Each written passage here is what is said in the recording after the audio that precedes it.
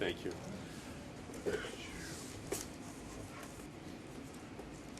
So we thank everyone for coming here today, and my special thanks to our speakers today, Medford Mayor Stephanie Buccini Burke, to Jeff Beckwith, Executive Director and CEO of the Massachusetts Municipal Association, to Melinda Garfield, President of Mass Access and Executive Director of the Westwood Media Center.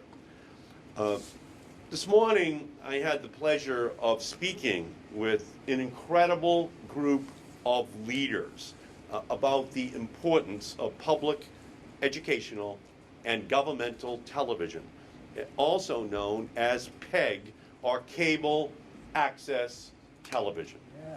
From Falmouth to Framingham, Pittsfield to Provincetown, Boston is here, Worcester is here, Springfield is here, all the way down to the smallest communities in Massachusetts. Everyone came to talk about this threat to local cable access programming.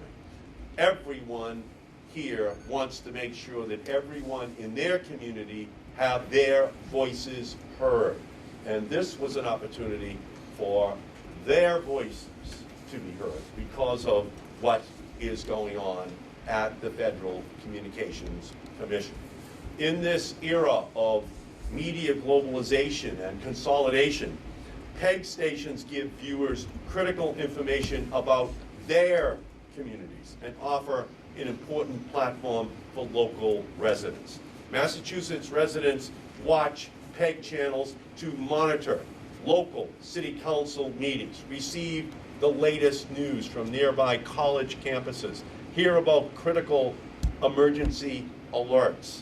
With 220 PEG organizations in Massachusetts alone, producing anywhere from 20 to 100 hours per week of programming, PEG channels connect us to our communities, and they enrich our lives every single day of the year. Last November, when I hosted a congressional hearing in Merrimack Valley, following the explosions that affected homes and businesses in Lawrence, in Andover, and North Andover, it was the local cable access channels that stayed and then rebroadcast the hearings and all of the follow-up that was going on in those three communities, because they are local. Even though we have statewide media organizations, they cover all 351 communities. These local cable access channels, they cover the communities that they, in fact, are responsible for. And they're the ones that people turn to during crisis. They're the ones that people turn to find what the local activity is that could affect their families' lives. That's what happened up in Lawrence and Andover and North Andover. When all the Boston channels pull out, the cable access channels are still there to give the continuous information about what is going on in the community. Well, today, community television faces an existential threat.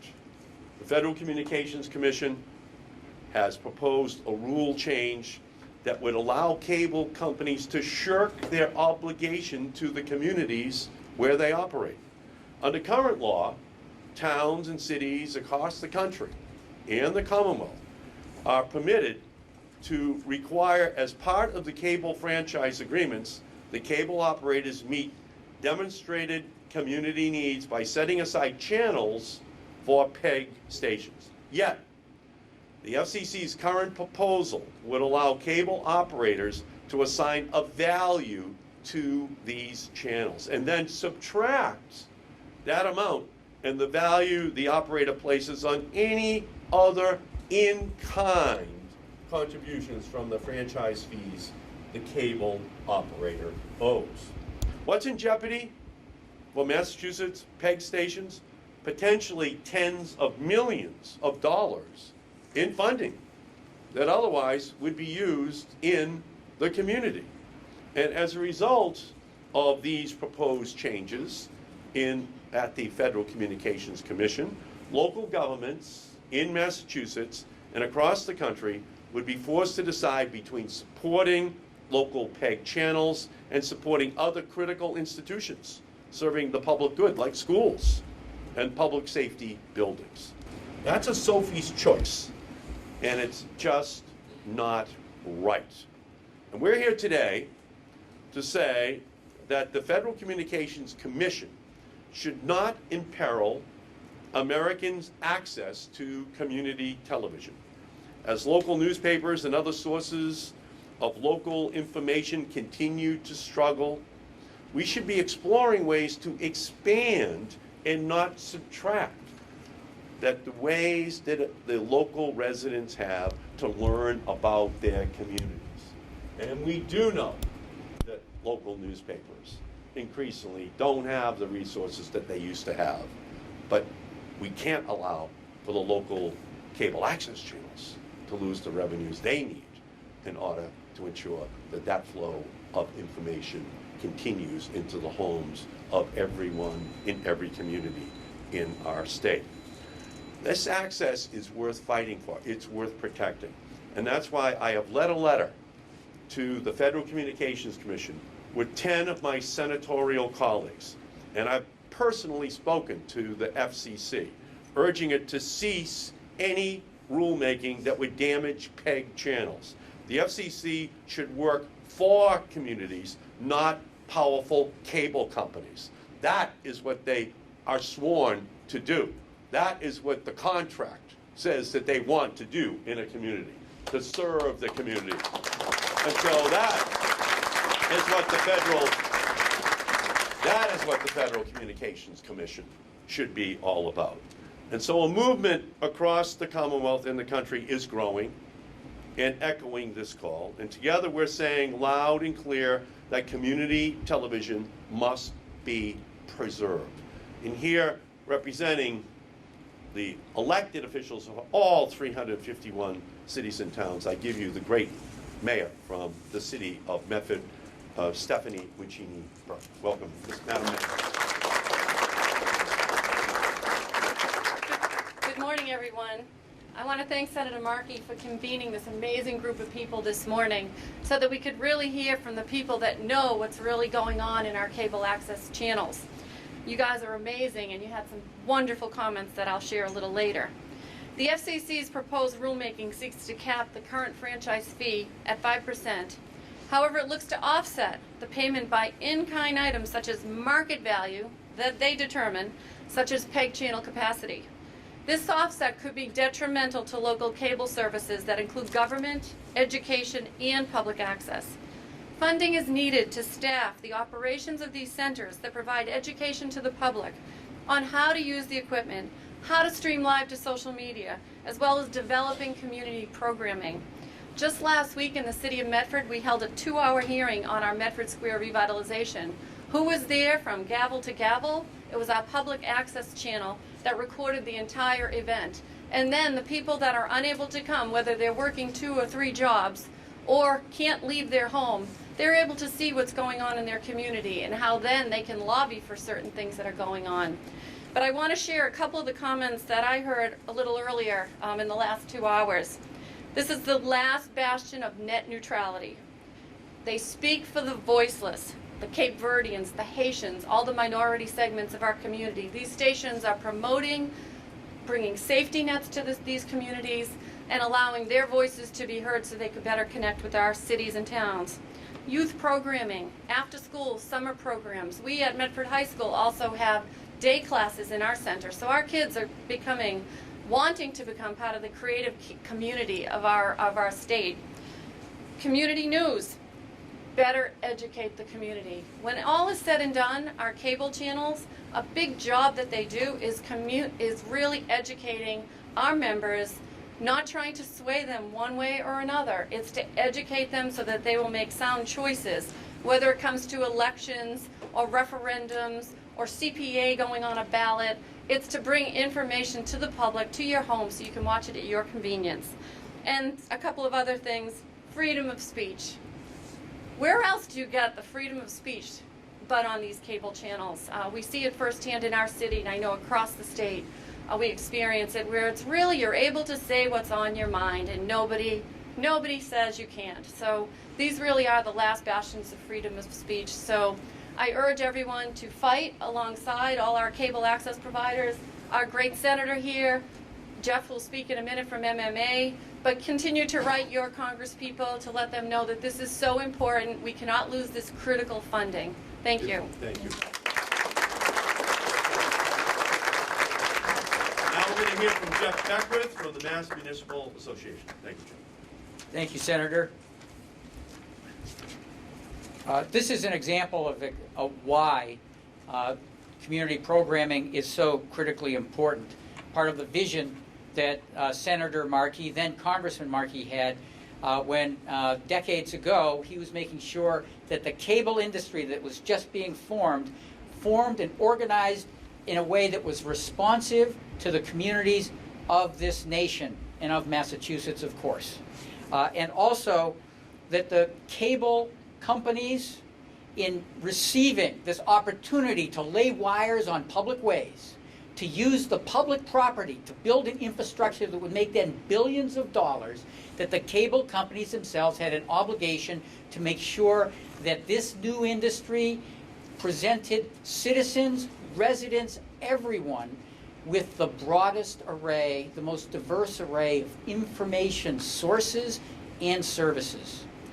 These pillars of being accountable to communities and providing citizens and residents and groups with access to share information. Those are the pillars of the Cable Act as it was originally crafted, and the foundation upon which those pillars have stood has been the cable access programming, the PEG programming, because that's provided transparency, access, voices for people. And what's the issue today?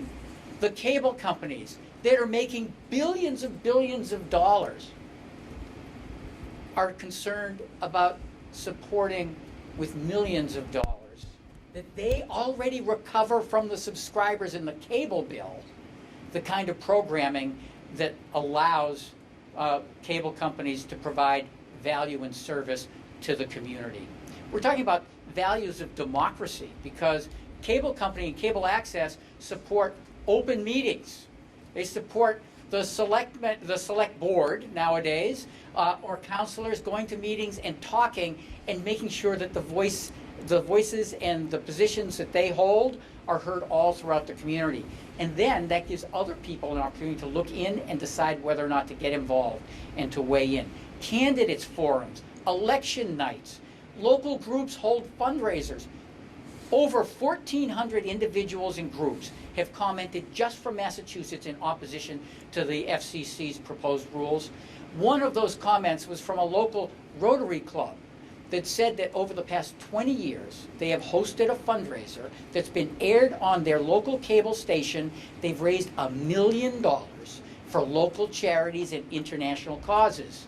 They would not have raised a fraction of that without cable access to essentially involve the entire community. So we're talking about supporting causes, charities, education, youth, seniors, democracy. And why would the cable companies want to, for the sake of saving a few $1 million, undermine that? Well, because they don't want to have to provide that platform. But we're saying that platform is the cost of getting access to the public rights of way, getting access to the telecommunications industry of the future. Senator Markey has been there from the beginning. He's the most knowledgeable lawmaker in Washington, D.C. and in this nation on this issue, and he is fighting. He already has the entire congressional delegation in Massachusetts lined up, and he's working with his colleagues. But we all need to work with our colleagues and everyone we know in other states to make this movement in Massachusetts a national movement to protect democracy and to make sure that the industry is accountable. What?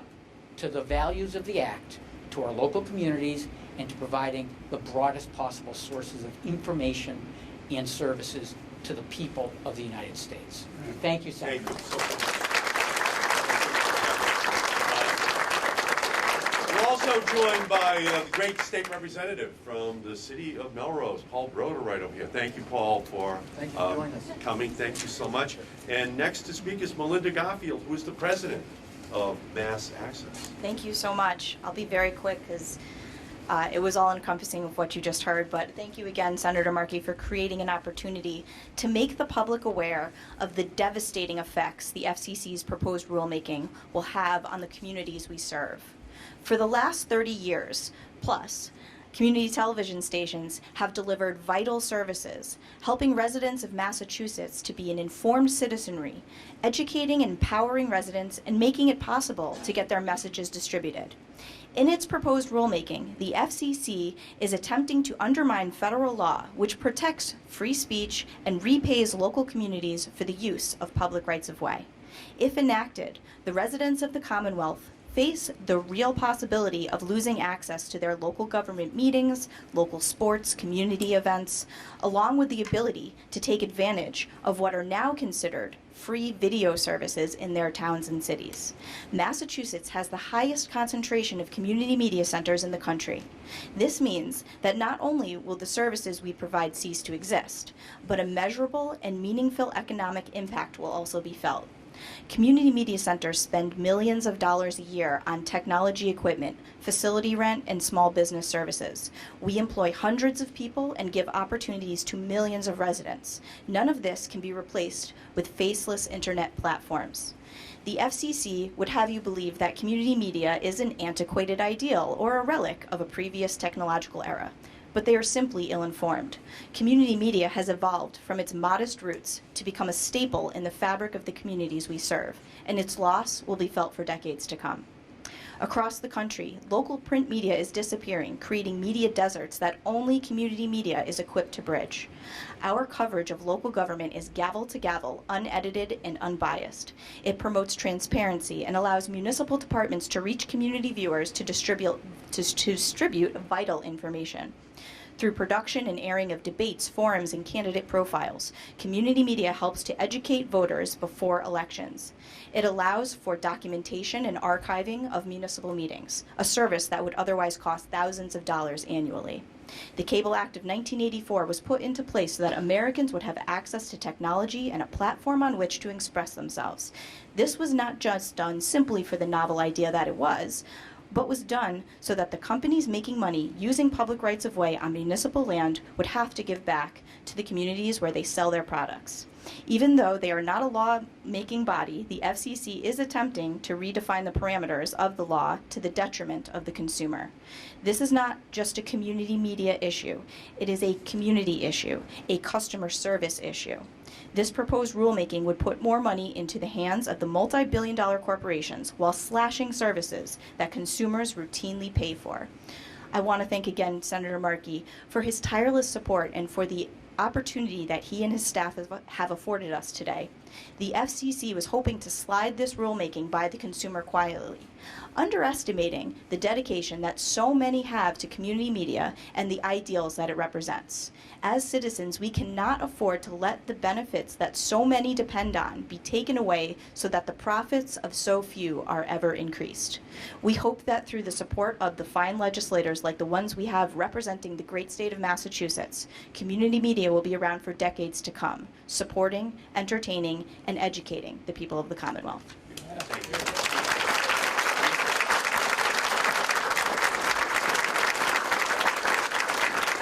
So, we're proud here in Massachusetts that the shot heard round the world was fired here. And it was a perfect example of local communities rising up to have their voices heard. And that slogan, no taxation without representation, still lives in 351 cities and towns. They want to know what their public officials are doing. They want to see what the activity is at the schools and at their public interest groups and the nonprofits in their community.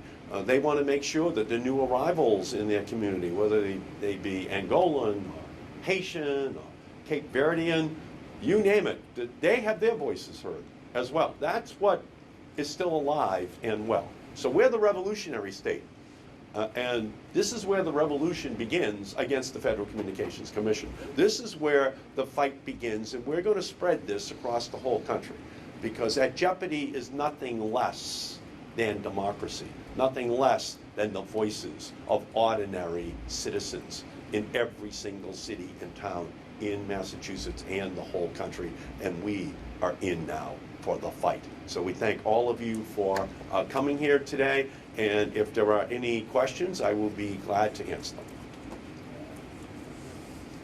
Yeah, Senator, what's the next step in that? What's the next step in that fight? Where do you go from here? Our goal now is to have what's happening here today replicated across the entire country, to move from state to state, to have voices heard from Democrat and Republican, red and blue cities and towns, because this issue is not a partisan issue.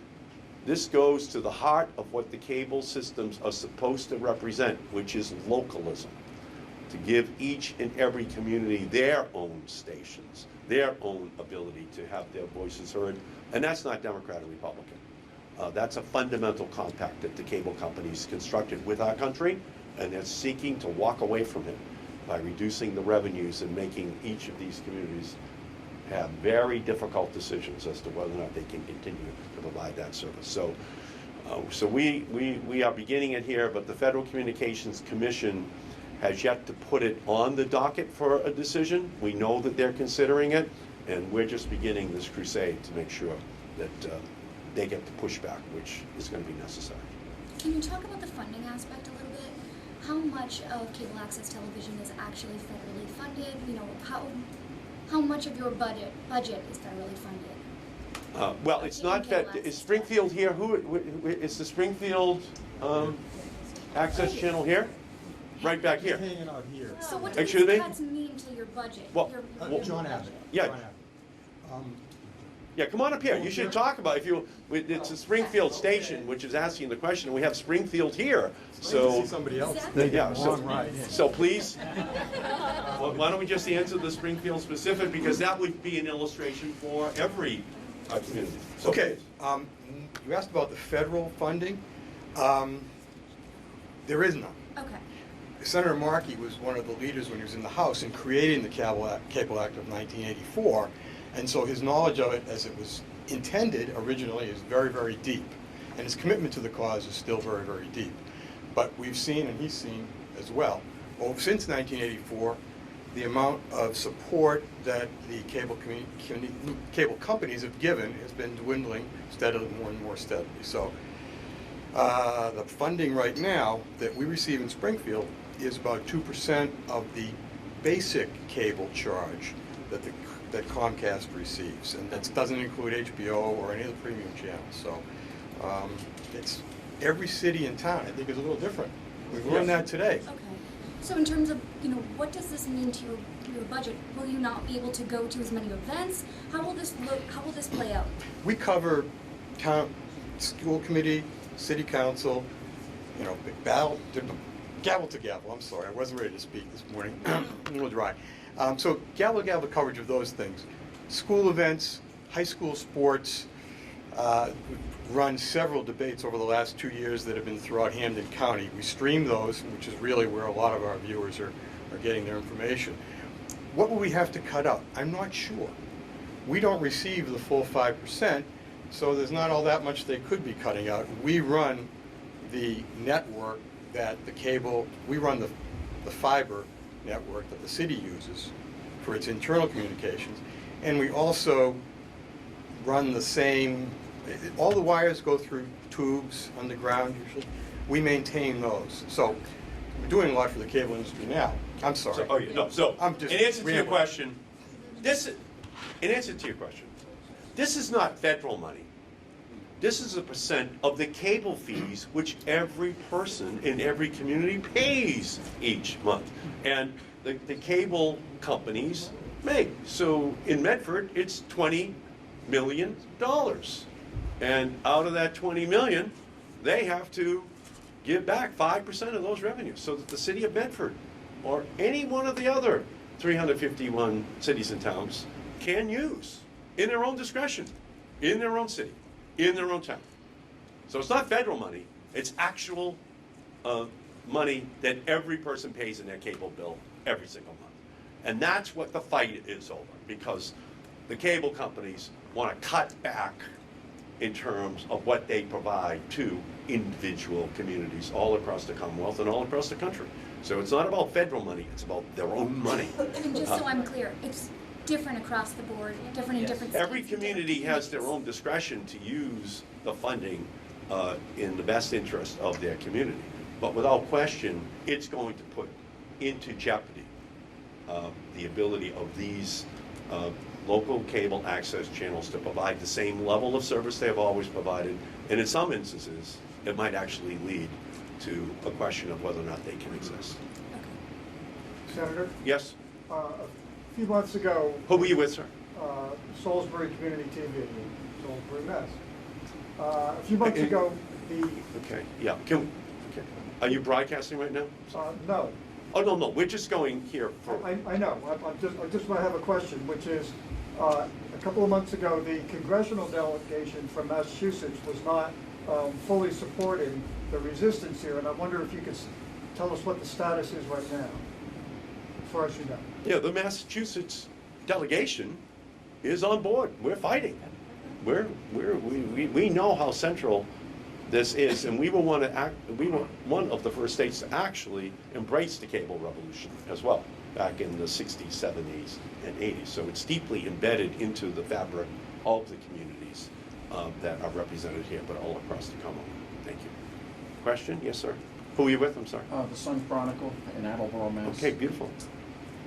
To the best of my knowledge, if this passes, the cable companies would determine a value for each of the PEG access channels. There are hundreds of cable channels on a typical cable programming lineup. To the best of your knowledge, do any of those cable channels pay for their space, or do they in return get money? Yeah, there is, it depends upon whether or not the cable company owns the programming. And then they pay themselves. Then they pay themselves, and that's the vertical integration which has taken over in the industry. Back in the 80s, the cable companies didn't own the programming, but increasingly they do own the programming, and so how the compensation is then developed for them paying the tennis channel or the Hallmark channel. But the tennis channel doesn't pay Comcast to get on Comcast, No. which if this were to pass, No. PEG would be paying to get on. Peg. So it's turning it all upside down. And it's also saying, oh my goodness, we're giving these valuable channels to a local community, although it was part of the bargain that they struck in 1984. But when you scroll through all of the channels that are there, and some of them have, as we know, questionable contents, very questionable content, they consider all those channels to be invaluable. And we know that in many instances we would not want children to even have an idea that those channels are on the system, but they're there. So for them, they can't remove one or two of those channels, but somehow or other they can remove something that goes right to the fabric of communities. And that's what we are going to need to do, is just to explain how wealthy the cable industry has become, how many additional channels they have, and how all they're looking for is, in many ways, just more space so they can put on more channels, but ultimately at the expense of this indispensable local cable access capacity, which they all have. So thank you, sir. Yes, ma'am. KBD News. What can we do in our communities to make sure that our municipal leaders and officials understand the importance, and so that we can continue this fight? It's not just going to happen in Washington, D.C., it's going to happen in all of our communities. So what should we be doing? What should we, as access professionals, be communicating to our constituents? What's the I would recommend that you develop the highest quality documentary in terms of what the impact is going to be on Massachusetts. Have every one of the channels run it. You know, pool your resources in order to make sure that that high quality programming is produced. Then have it be running over and over again as a call to action, and then in the local community to kind of tailor it for what would then happen in that community. but using that higher quality entry level piece of a documentary film which you can put together. And so now some of the communities might have the ability to do it all by themselves because they're so large. But that notwithstanding, it just has to be a chorus which comes up.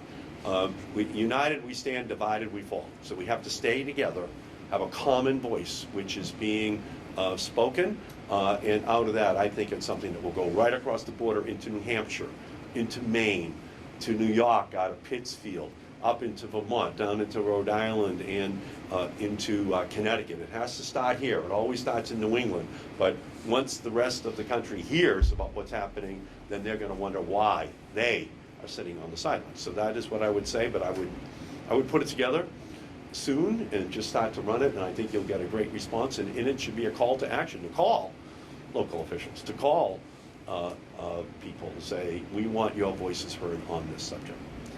Any other questions? Any other questions? Yes, sir. Senator, off topic, what are your thoughts on the administration's talks this week about the border, the southern border, and shutting it down? President Trump is only going to make things worse.